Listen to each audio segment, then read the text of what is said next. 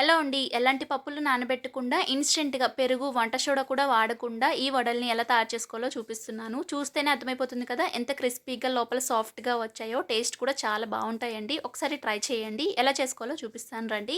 ముందుగా ఇలా ఒక కడాయి పెట్టుకొని అందులో కొద్దిగా ఆయిల్ వేసి జీలకర్ర, అలాగే సన్నగా తరిగి పెట్టుకున్న అల్లం ముక్కలు, పచ్చిమిరపకాయ ముక్కలు కూడా వేసి ఒక నిమిషం పాటు కలుపుకోవాలి. ఇప్పుడు ఇందులోనే సన్నగా తరిగి పెట్టుకున్న ఉల్లిపాయలు, అలాగే కొద్దిగా కొత్తిమీరను కూడా వేసి ఒక 2, 3 నిమిషాల పాటు వేయించుకోవాలి. ఉల్లిపాయలు ఎక్కువగా వేగాల్సిన పని లేదు. కొద్దిగా వేగితే సరిపోతుంది. ఇప్పుడు ఇందులోనే 2 కప్పుల వరకు నీళ్ళని కూడా పోసేసి రుచికి సరిపడినంత కొద్దిగా సాల్ట్ కూడా వేసి వాటర్‌ని బాగా బాయిల్ చేసుకోవాలి. వాటర్ ఇలా మరుగుతున్నప్పుడు ఒక కప్పు వరకు ఉప్మా రవ్వ ఉంటుంది కదా! దాన్ని వేసేసి కలుపుకోవాలి ఉండలు లేకుండా. ఇలా కలిపేసుకున్న తర్వాత మూత పెట్టి స్టవ్ ఆఫ్ చేసేసి పక్కన పెట్టుకోవాలి. రవ్వ చల్లారిన తర్వాత చేతిని కొద్దిగా తడి చేసేసుకొని పిండినైతే ఈ విధంగా మనం బాగా కలుపుకుంటూ ఉండాలన్నమాట. ఒక 10 నిమిషాల పాటు ఇలా కలిపేసుకొని కొద్దిగా ముద్దలాగా చేసుకొని ఇప్పుడు ఇందులో నుండి కొద్దిగా ముద్ద తీసుకొని ఇలా వడల్లాగా అయితే చేసుకోవాలి. ఇలాగే మనం రెడీ చేసుకునే రవ్వ అంతటిని కూడా వడల్లాగా రెడీ చేసుకొని పక్కన పెట్టేసుకోవాలి. కడాయిలోకి డీప్ ఫ్రైకి సరిపడా ఆయిల్ పెట్టి ఆయిల్ బాగా హీట్ అయిన తర్వాత రెడీ చేసుకుని ఈ గారెల్ని కూడా వేసేసుకొని మీడియం ఫ్లేమ్‌లో మంచిగా క్రిస్పీగా అయ్యే వరకు కూడా వేయించుకోవాలి. అటు ఇటు కూడా టర్న్ చేసుకుంటూ ఈ విధంగా మంచి రంగొచ్చే వరకు కూడా వేయించేసి వేడి వేడిగా పల్లి చట్నీతో గాని, కొబ్బరి చట్నీతో గాని సర్వ్ చేసుకుంటే చాలా బావుంటాయి. పైన కరకరలాడుతూ లోపల సాఫ్ట్‌గా దేనితో తిన్నా కూడా చాలా టేస్టీగా ఉంటాయండి. మినపప్పుతో వేసే గారెల కన్నా ఇవి ఈజీగా ఉంటాయి. టేస్ట్ కూడా చాలా బావుంటాయి. నచ్చితే గనుక ట్రై చేయండి. సబ్స్క్రైబ్ చేసుకోండి.